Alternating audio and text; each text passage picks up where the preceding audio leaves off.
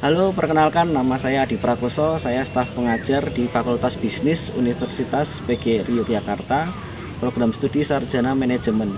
Pada kesempatan yang berbahagia kali ini, saya akan membawakan materi mengenai manajemen operasi lanjutan.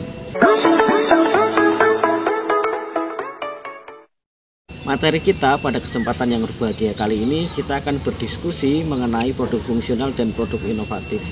Kita mulai dari pengertian apa itu produk fungsional dan apa itu produk inovatif.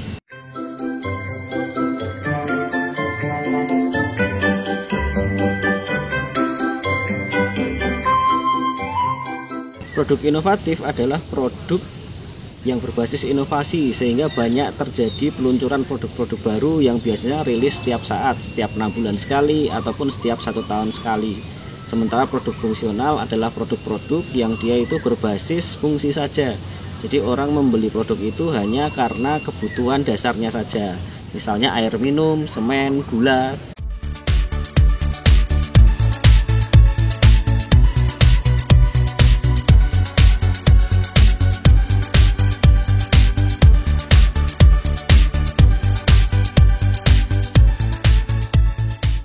Orang membeli produk inovatif karena adanya tambahan fitur, misalnya kita mengganti HP baru, maka dari situ kita akan mendapatkan fitur baru yang tidak ada di HP sebelumnya. Biasanya merilis produk baru setiap 5 atau 6 bulan sekali, itu biasa terjadi di barang-barang elektronik.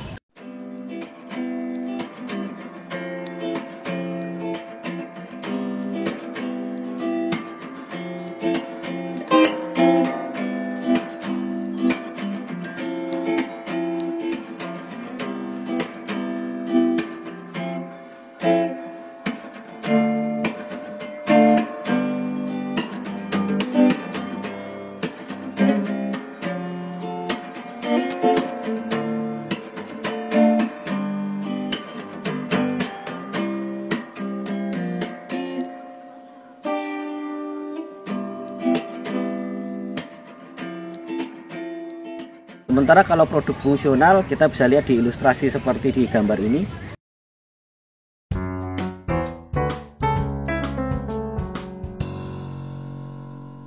Teman-teman bisa lihat bahwa ada satu orang yang dia sedang kehausan. Nah, orang itu membutuhkan air minum.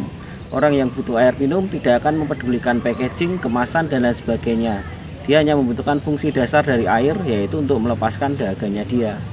Jadi kalaupun misalnya air minum itu punya kemasan yang berbeda-beda, warnanya berbeda, atau bahkan mungkin hanya di plastik saja, tidak akan menambahkan fungsi apa-apa di dalam keinginan orang untuk membeli, karena orang hanya ingin minum air saja, fungsi dasarnya saja. Sehingga produk fungsional biasanya orang membeli karena ke fungsi dasarnya saja. Mari kita lihat beberapa gambar di bawah ini yang teman-teman bisa tentukan ini produk inovatif atau produk fungsional.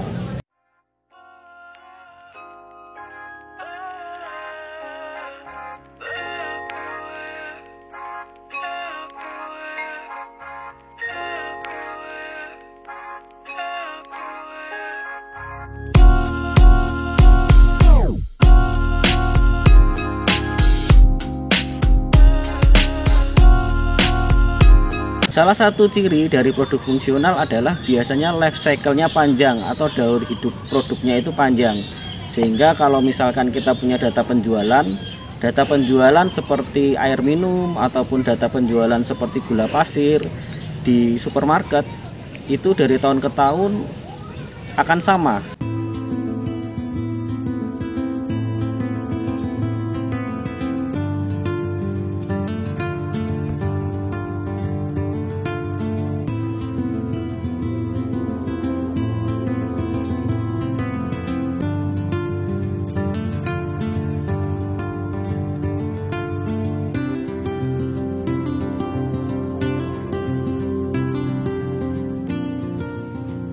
Misalnya satu contoh brand air mineral Aqua, dia sudah ada sejak tahun 70-an, dan di situ kita bisa memprediksi total penjualannya dari tahun ke tahun tidak akan banyak berubah. Sehingga bisa kita bedakan, produk fungsional biasanya tidak variatif, sementara produk inovatif biasanya variatif. Banyak variasinya, banyak tambahan fiturnya yang bisa dipilih oleh calon konsumen. Konsekuensi dari produk fungsional adalah kita harus memproduksi dalam jumlah atau volume yang sangat besar karena variasinya yang sedikit itu. Kalau produk inovatif seperti smartphone itu biasanya variasinya banyak sekali, bahkan dalam satu merek tertentu pun kita bisa melihat banyak sekali variasinya. Dan kita tinggal memilih mau variasi yang mana, dan setiap bulan juga mereka mungkin merilis produk yang baru lagi. Perbedaan lagi antara produk fungsional dan produk inovatif adalah kalau produk fungsional itu bisa diprediksi permintaannya, sementara kalau produk inovatif cenderung tidak bisa diprediksi karena daur hidupnya atau life cycle-nya itu sangat pendek. Nah, sehingga bagi produk inovatif kita sebagai pemasar atau kita sebagai produsen harus bisa menargetkan margin yang lebih tinggi. Sehingga bagi produsen produk inovatif kita harus menargetkan margin keuntungan yang lebih tinggi. Misalnya margin keuntungan 20% tentunya cukup tinggi untuk produk fungsional, tetapi untuk produk inovatif itu akan sangat kurang. Karena apa? Karena produk inovatif itu daur hidupnya pendek dan kita butuh beberapa kampanye atau program untuk memperkenalkan produk tersebut ke pasar dengan cara iklan dan lain sebagainya. Produk inovatif yang sisa masih banyak misalnya itu akan dicuci gudang atau kita sering melihat istilah clearance sale. Nah, kita akan memberikan diskon, memberikan potongan harga supaya produknya itu cepat laku.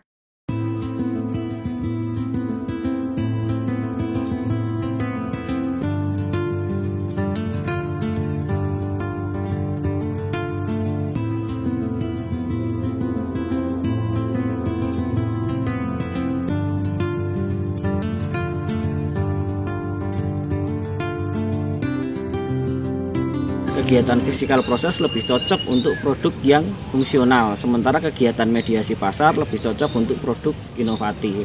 Kalau mediasi pasar mungkin kita akan membutuhkan banyak sekali gudang atau distribution center di setiap provinsi di Indonesia. Tentunya ini membutuhkan uang yang banyak, tetapi kita bisa lebih cepat dalam merespon pelanggan. Tetapi kalau kegiatan physical proses tentunya uangnya lebih sedikit yang dikeluarkan untuk membangun gudang, tetapi akan lebih lambat dalam merespon pelanggan.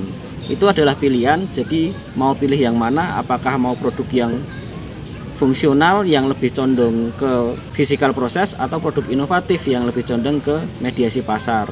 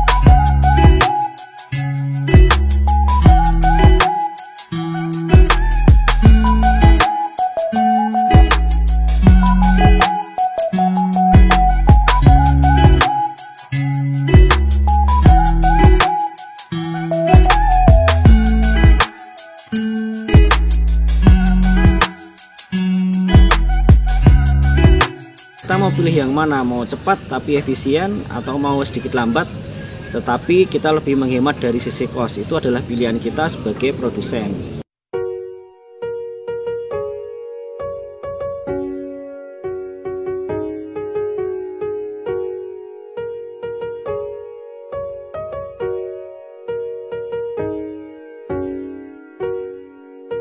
Baik, kita ke materi selanjutnya. Materi selanjutnya adalah decoupling point. Apa itu decoupling point akan kita pelajari di dalam diskusi kita kali ini. Silakan teman-teman lihat ilustrasi gambar ini. Mereka sedang melakukan apa, atau ada seorang wanita yang sedang melakukan apa, dan lokasinya ada di mana.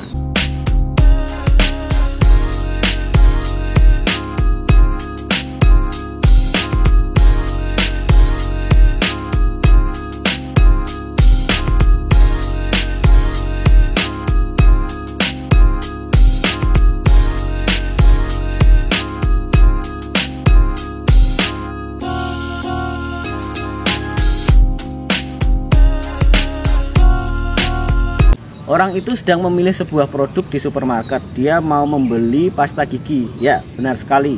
Dia mau membeli pasta gigi. Lalu, apa perbedaan antara orang yang mau membeli pasta gigi dengan orang yang mau membeli mobil? Coba teman-teman diskusikan. Jika barang itu diproduksi dulu sebelum orang datang untuk beli, lebih cocok mana? Pasta gigi atau mobil?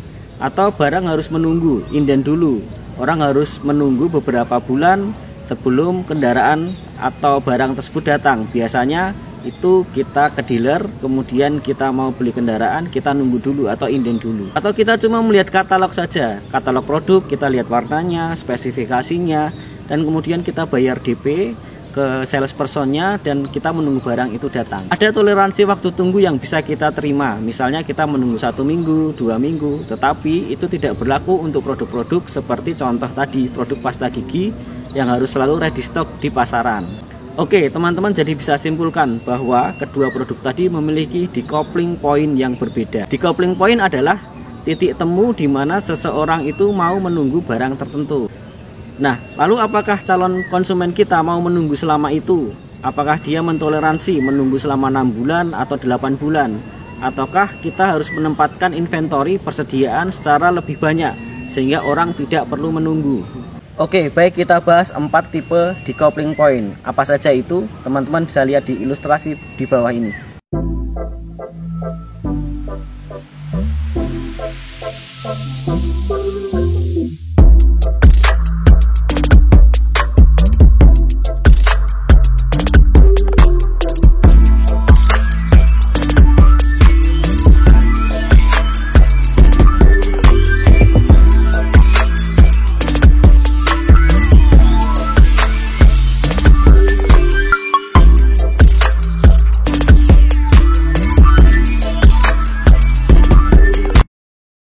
Yang pertama adalah make to stock. Make to stock itu gampangnya adalah ready stock. Jadi kita bisa langsung membeli barang tersebut. Yang kedua adalah assembly to order atau ATO. Assembly to order itu produknya sudah ada tapi belum dirakit. Jadi sudah ada produk ready yang setengah jadi. Biasanya ini untuk kendaraan.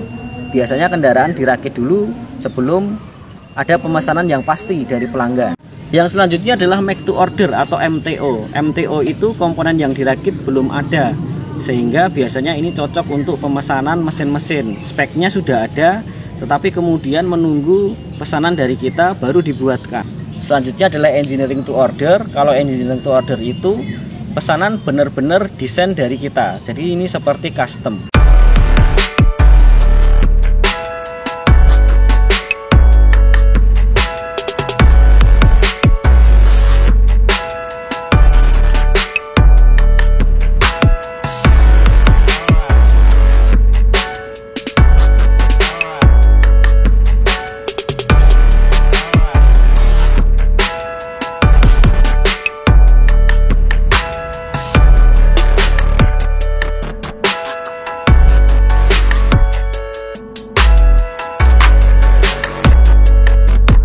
Baik, materi selanjutnya adalah kita akan belajar mengenai postponement. Apa itu postponement?